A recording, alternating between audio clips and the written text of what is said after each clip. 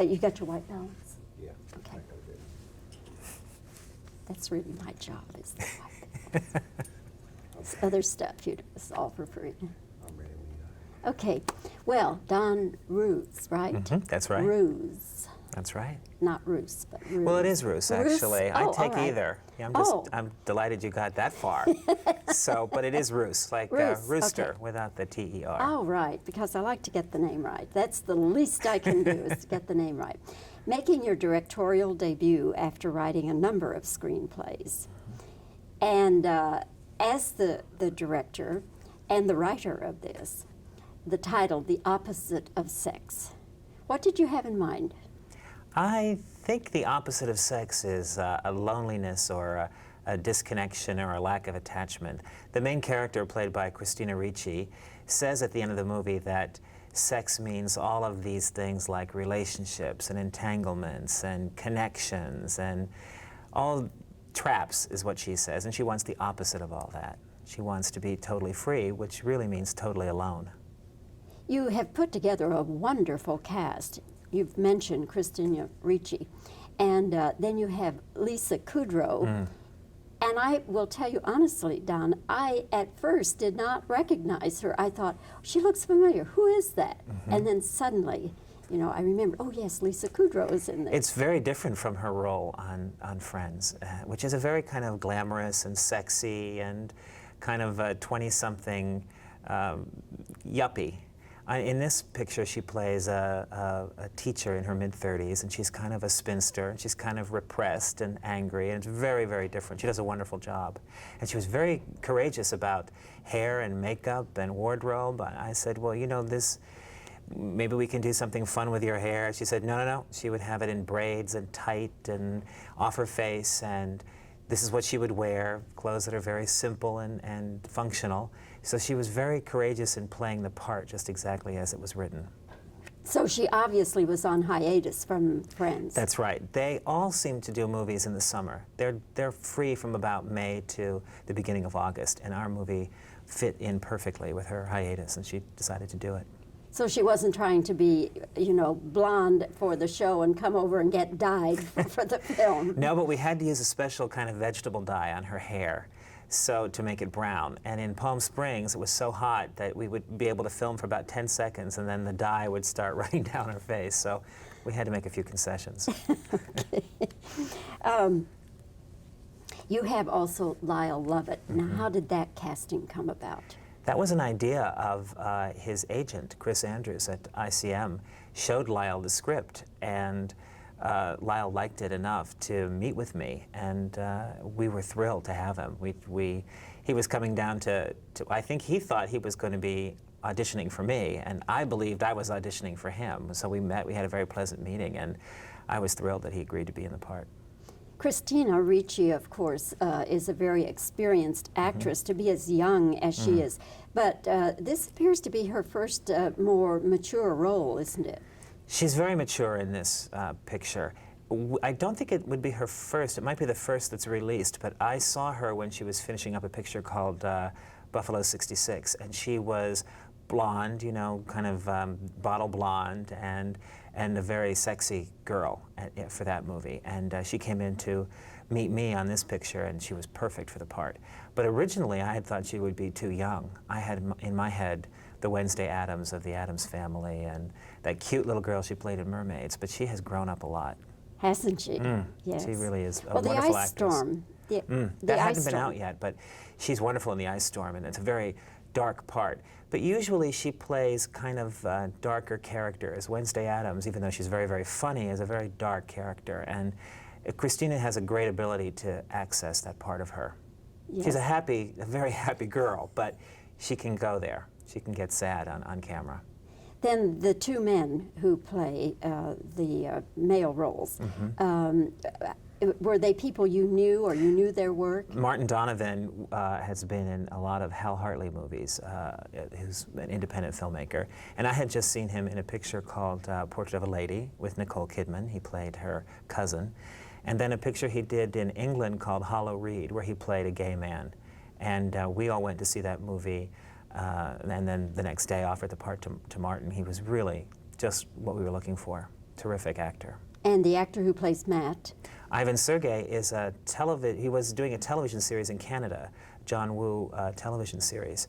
And he came in and read for us, you know, one of maybe 30 people who read for that part, and he was terrific. We saw him the very first week of auditioning for that part, and he's the one who ended up with it. He was wonderful.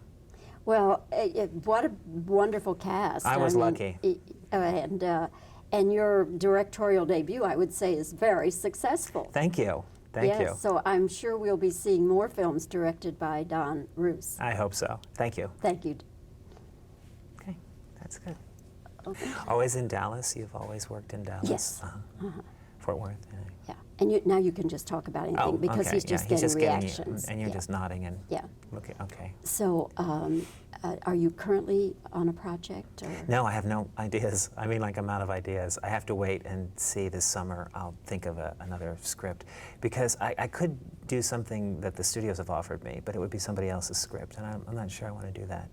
One of the things that was a big advantage to this movie was I knew every character, and what I hope, because the studio that was releasing it went out of business right before they did it, and it was tied up for years. But wasn't Michelle wonderful in that movie? So good. I just thought she was terrific. And it's about a period that meant a lot to me. I was a kid when that happened, but boy, that was, you remember that weekend, of course, unbelievable. So it was great to do that. We didn't shoot it down here, though. We shot it up in North Carolina. But I'm glad you liked it. I'm glad you... Oh, well, this is old home week for you. It is kind of. It's nice to. We were at this. Lynn. I'm ready when you All right. Well, Lyle, we're just sitting here reminiscing about your Texas background. And you're born in Houston. Yes, ma'am. Born and raised in Houston. Went to Klein High School.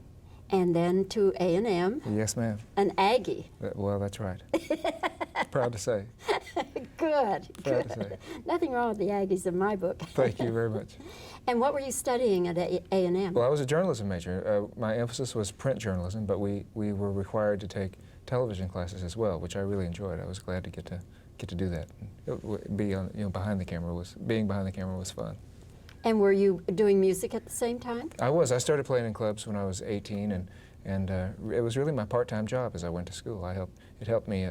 My parents were nice enough to put me through school, but it gave me some spending money, and it was a lot of fun to get to do. What was your first big break in the music business? Gosh, I was really lucky when I first went to Nashville to try to get people interested in the songs that I had written. People were very willing to talk to me, which was a big surprise. My impression was that it'd be difficult to get meetings set up with people and to get them to listen to my songs. But people were very nice and very helpful, and it was people from Texas who I met in Nashville that helped open some doors for me. Young publishers and singer-songwriters like Guy Clark were a big help to me. So you weren't like Willie Nelson, who went to Nashville and they slammed the door in his face and he had to come back to Texas to make his fame. Well, I think it's because of great artists and songwriters like Willie Nelson that doors he opened doors for a lot of us. The first big hit record then was what? Well, I'm still waiting for a big hit record. Oh, come on. It's the truth. It's the truth. My first record came out in 1986. My first 3 albums were released from the Nashville branch of MCA Records. So a lot of people think of me as a country singer. I had some songs on the country charts. My last 4 records have been released through the Los Angeles branch of MCA Records. So my records get played a little bit on the radio here and a little bit there on different kinds of stations. But I've never really had any big chart kind of records. But your fame is as if you had a hit every time you went to bat. Well, thank you very much. My audience has been very loyal and very supportive, and they show up when we do a concert. Here, I've played lots of shows over in Fort Worth at the Caravan of Dreams, lots of shows in Dallas. We've gotten to play Starplex a few times. So the audience here in Dallas-Fort Worth has been very supportive, and even back to the old days when I'd play Poor David's Pub over in Lower Greenville. I'm sure when people become aware of the fact that you are in this movie, The Opposite of Sex, playing a sheriff, that's going to have Lyle Lovett fans lining up at the box office. Being a part of The Opposite of Sex was so much fun for me. I read Don Roos's script, and I thought his writing was just so smart. I was immediately interested in being in the film. And then I found out the other actors who said they were going to be in it, and I was very excited about it. Lyle, the thing I like about your role is that you're not a typical sheriff. And you must have sensed that as you were reading the script. Well, you know, the first thing that struck me about Carl Tippett, the sheriff that I get to play, is you don't really see Carl at work. There's really only one scene where Carl's at work, where he shows up in his uniform as he's working. The rest of it is his pursuit of people in his life, his involvement with people in his life, his friends on his personal time. So you really see in the sheriff in his personal life as opposed to the sheriff at work. Do you consider this the biggest role of all the movies you've done so far? It is the biggest role. I'm in more scenes and I have more lines, and I even get to kiss a girl on screen, which was the first time I got to, I ever kissed anybody on camera. Yes, and you get the girl. That's right. Or at least one of them. One's enough, isn't it? One's plenty. Sometimes too much. You, of course, have made 3 movies with Robert Altman now, Yes, ma'am. haven't you? And is he doing any other pictures for which you will be considered? Well, in fact, I'm going to work with Robert Altman this summer in a film that he's shooting in Memphis called Cookie's Fortune. But it was Robert Altman who got me in a movie for the first time. He came to a concert that I did in Los Angeles and called up afterwards and asked me if I wanted to be in his movie. So that's how it started for me, and I got to be in The Player and in Shortcuts and in Ready to Wear. When you got that call from Altman, did you think it was somebody pulling your leg? I really didn't believe it was Robert Altman, because the phone rang in my house. I picked it up, and he said, "Hi, this is Bob Altman," and I said, "Who is this?" I didn't believe it was him. And what did he see? Did he ever explain to you what he saw that he wanted to make an actor out of you? No, ma'am, he didn't, and I didn't ask him what it was. I was just thrilled to get to work with him. I was a fan of his movies. My parents would took me to see MASH when it came out in the theaters. I'd seen Nashville. I was a fan of Robert Altman's, and just his asking, I didn't want to throw anything off by asking him why. Is acting where you want to go? I enjoy getting to act, and I feel like I've been involved. I've gotten to be a part of some really great movies. Playing and singing is what I love to do, and I feel like my first job is to try to make up a good song. I don't know what I'd do if I couldn't play and sing, but I really enjoy getting to be in a movie every now and then, kind of around that, especially when it's a great project like this. Is there another CD on the way? Yes, ma'am. I just finished a recording out in Los Angeles. I spent most of the year out there so far, and this new record will come out in September. Do you call all ladies ma'am? That's a tough question. I never thought about it. I love it, and knowing that you're from Texas, it's quite appropriate. Because I'm always saying, if someone calls my name, I say sir, ma'am. You know, it's just in our genes, isn't it? So, but you may call me Bobbie if you like. Thank you. Okay. Is there anything else you'd like to have a chance to say about the film, or whatever? You know, I think of myself as a writer, trying to write songs, and reading Don Roos's script, that's what got me interested in doing this movie. I thought the writing was just brilliant. Don speaks to very serious social and human concerns in this movie, but he does it in such a clever, entertaining way, and involves each member of the audience with the characters. He doesn't preach to you or tell you what to think. He involves you with the characters and shows you how you should feel and what the right thing to do is. It's such a good-natured film. I'm so proud to be a part of it. Well, I am very proud to finally meet you, Lyle Lovett, well, having seen you perform and seen you interviewed by other people, and it is really a pleasure to say that I now have interviewed Lyle Lovett. Thank you for having me on. And Thank do come you. back to see us. Thank you very much. Okay, just stay where you are. Okay, so what are we doing there? Getting back to my boss, you know, I didn't know that he was a great admirer of yours, but I bet you no less than 40 people in this building today, the word had gotten around, Lyle Lovett's coming, Lyle Lovett's coming. I mean, you really have a lot of fans. Thank you very much. And you said, you know, that when you're rolling, and keep it as loose a two-shot, just stay with the two-shot all the way, CJ. Yeah. And I will re-ask a couple of questions, and then you'll start to answer, and I'll All right. wave you off. Okay.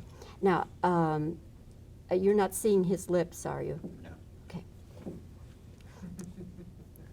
That could be scary. No, I'm talking. Not many people wanna this see is that. edit talk, Don. This is edit talk here. I've already learned what loose means. It's not what I thought it was. Okay. Is acting where you want to go? And just start to talk. All right. Well, okay, I'll start to talk. Let me do it again. Lyle, is acting where you want to go for the future? I really enjoy getting to act. Okay, Was that enough? that's fine. Or you can do a little more, it doesn't All matter. right, All right. See, I'm not very good at it. No, you're fine. You're fine. So you're not like Willie Nelson, who went to, let me start again. So you're not like Willie Nelson, who went to Nashville, they slammed doors in his face, and he had to come back to Texas to make his fame. Willie Nelson, I've always thought, is a lot better looking than I am, but his hair is a lot longer too. Here we go with the hair thing again. I said, no, I'm not going to say one word about Lyle Lovett's hair. And you trapped me. Okay. Let's see. Okay. What was the first big hit record you had? Well, yeah, it really is true. It's surprising to me that I've been able to have the audience that I have without really being on the radio in a big way. Okay, that's fine. Yeah, That's I never have really been on the radio. This is your fourth movie role. Would you say it's your biggest one to date? Yes, ma'am. It is my biggest part. Don was brave. Let's see. Let me do one more question.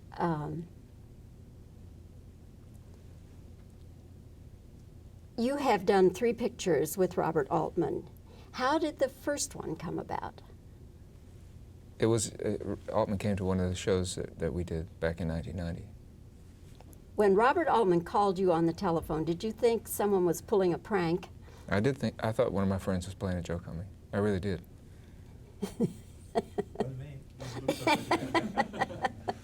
Okay. You think we're okay, CJ? All right. Excellent. Thank you.